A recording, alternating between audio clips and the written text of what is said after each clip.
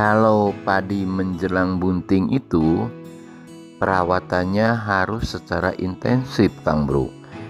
Jadi tidak boleh kita itu diabaikan dengan perawatan padi menjelang bunting. Ini adalah saat-saat yang rawan baik di bidang pemupukan ataupun di bidang penanggulangan masalah hama. Yang pertama adalah di bidang pemupukan. Kebanyakan orang pemupukan itu 2 minggu setelah pemupukan pertama atau sekitar umur 30 hari. Nah, kalau di sini saya pemupukan itu adalah sekitar umur 40 sampai 45 hari, bahkan umur padi sampai 50 hari masih bisa dipupuk kedua. Ini adalah perawatan menjelang padi bunting itu harus betul-betul baik diberikan nutrisinya yang benar, penyemprotan yang dari atas, ataupun pemupukan yang konvensional atau ditabur menggunakan NPK. Terutama saya sarankan, Kang Bro, kalau pemupukan untuk menjelang padi hamil atau pemupukan kedua, bagi saya tidak menggunakan urea yang terpisah. Jadi sudah satu saja yang namanya NPK, baik NPK Mutiara atau NPK Tawon atau Posca dan lain-lain. Saya tidak pakai urea. Yang dikhawatirkan pakai urea adalah hanya daun yang hijau, yaitu hanya zat klorofil aja yang tinggi, tetapi mempercepat pematangan buah dan mempercepat pembungaan itu agak lambat. Itulah kalau untuk ini dalam satu ini seperti ini adalah kita padi-padi menjelang bunting, perawatannya harus seperti itu. Selain daripada pemupukan, kita juga perlu untuk menanggulangi masalah penyakit, terutama di hawar pelepah menjelang bunting, Kang Bro. Jadi kita tangani dulu dengan secara memberikan atau penyepraian dengan bahan aktif metil thiopanat, yaitu antara prefektif dan akuratif. Itu adalah untuk masalah penanggulangan penyakit setelah pemupukan.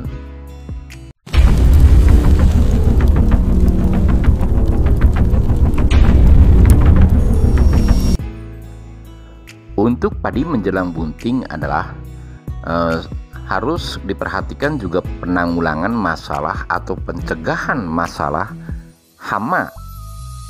Terutama yang kita tahu hama-hama itu adalah hama-hama seperti penggerek batang. Itu yang sangat rentan sekali. Baik sebelum pemupukan ataupun sesudah pemupukan kedua, Kang Bro. Dan kita sebelumnya pengamatan dulu bagaimana caranya bahwa penggerek batang itu tidak melanda ke tanaman kita atau tidak menyerang ke tanaman kita. Nah, kita harus diantisipasi dulu. Silakan Kang Bro mau menggunakan bahan aktif apa. Artinya ada yang menggunakan antara pestisida nabati dan dicampur dengan bahan aktif sintetis lainnya, atau seperti abamectin atau seperti yang lainnya. Yang penting adalah ada action untuk pencegahan, baik sebelum pemupukan kedua ataupun sesudah pemupukan kedua. Karena kita tidak tahu, terutama adalah telur kupu-kupu putih yang melekat pada batang padi kita, itu yang sangat bahaya. Nanti setelah pemupukan, 1 minggu setelah pemupukan, begitu kita keluar male, yang keluar malah putih. Itu yang namanya si beluk itu. Nah, ini adalah sangat merugikan buat kita semua. Makanya kita ini adalah harus betul-betul samalah seperti orang. Orang juga kalau mau hamil nanti takutnya melahirkannya anaknya kurang gizi atau segala macam. Padi pun sama sebetulnya. Secara fisiologinya gitu. atau secara kejiwaan itu sama sebetulnya. Jadi padi pun sama, butuh vitamin, butuh anti penyakit, dan butuh anti jamurnya. Itu adalah diantaranya beberapa yang disebutkan tadi, itu untuk melancarkan bagaimana padi itu keluar malainya bagus, panjang, dan bulirnya besar, dan berisi sampai ke pangkal daripada malai itu sendiri. Jadi bawah padi itu terisi semua.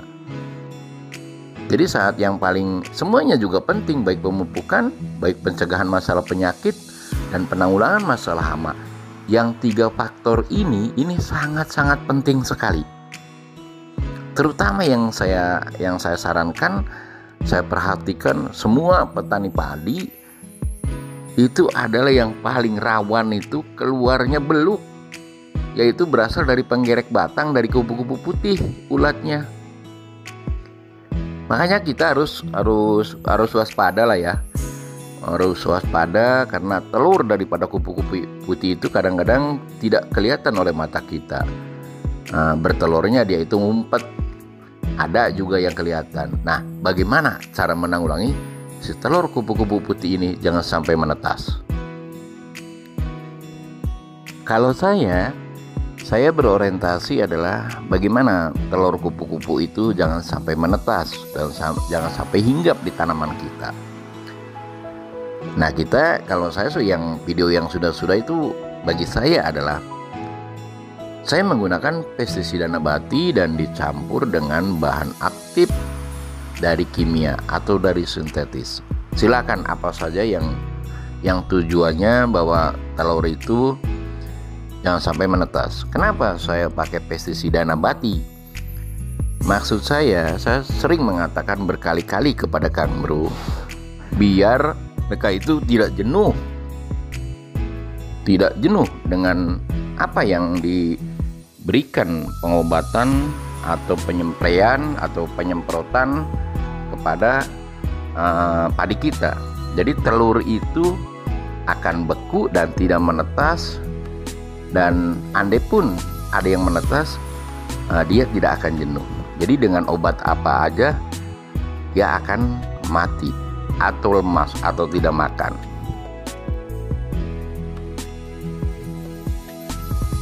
Sekali lagi saya kepada Kang Bro semuanya, hati-hatilah, waspadalah. Menjelang padi hamil ini, 3 faktor ini harus diperhatikan, terutama pemupukan, penanggulangan masalah penyakit, dan pencegahan masalah hama.